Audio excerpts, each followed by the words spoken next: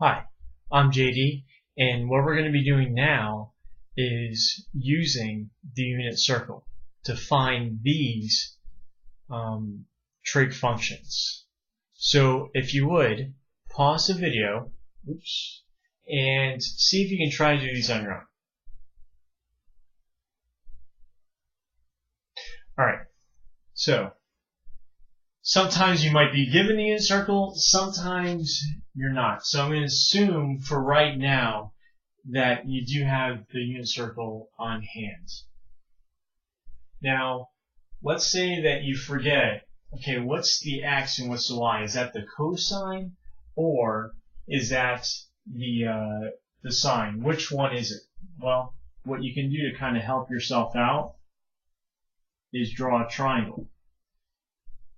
If I draw the triangle, the horizontal, like right here, is your x, and the horizontal here is your y. Now, on the unit circle, your radius is always the same. Your radius is 1. Why is it 1? Because it's called a unit circle. Unit circle means 1 unit, so that's why the radius is 1. And also, so that you can do something like this. Sine of theta, right, is the opposite over the hypotenuse. So it would be y over 1, which is just y. Cosine of theta equals, cosine is the adjacent, the side next to it, so that would be x, over the hypotenuse, which would be 1. So that would just be x. Now, tangent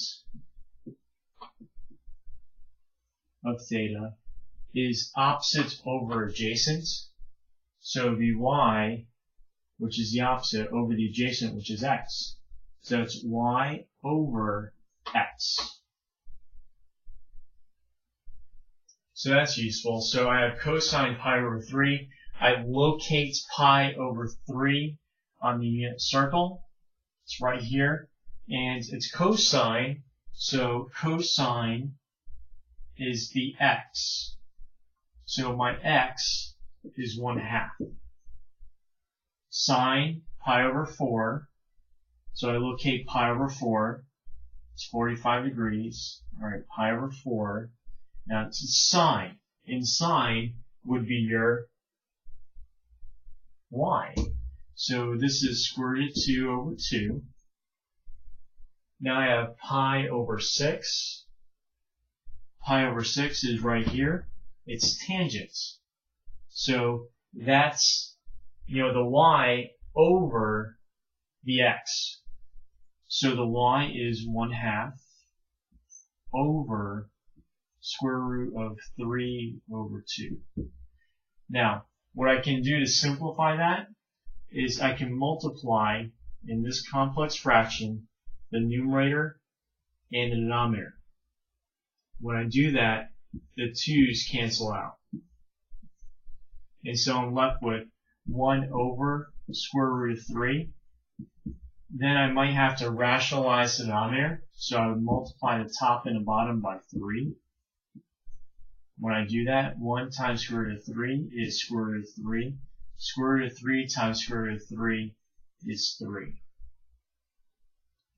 Now, I'm going to do the same thing with pi over 3, but this is cotangent. Cotangent is related to which one of these? Right, it's related to the tangent function. Now, how is it related? Yeah, it's a reciprocal function, so that means you're going to flip whatever the ratio is. So this would be x over y. So I have pi over 3. Right, that's right there. And then it's x over y. So it's 1/2 over square root of 3 over 2. That looks oddly familiar. Multiply the top and the bottom by 2. Those cancel. You're left with 1 over square root of 3.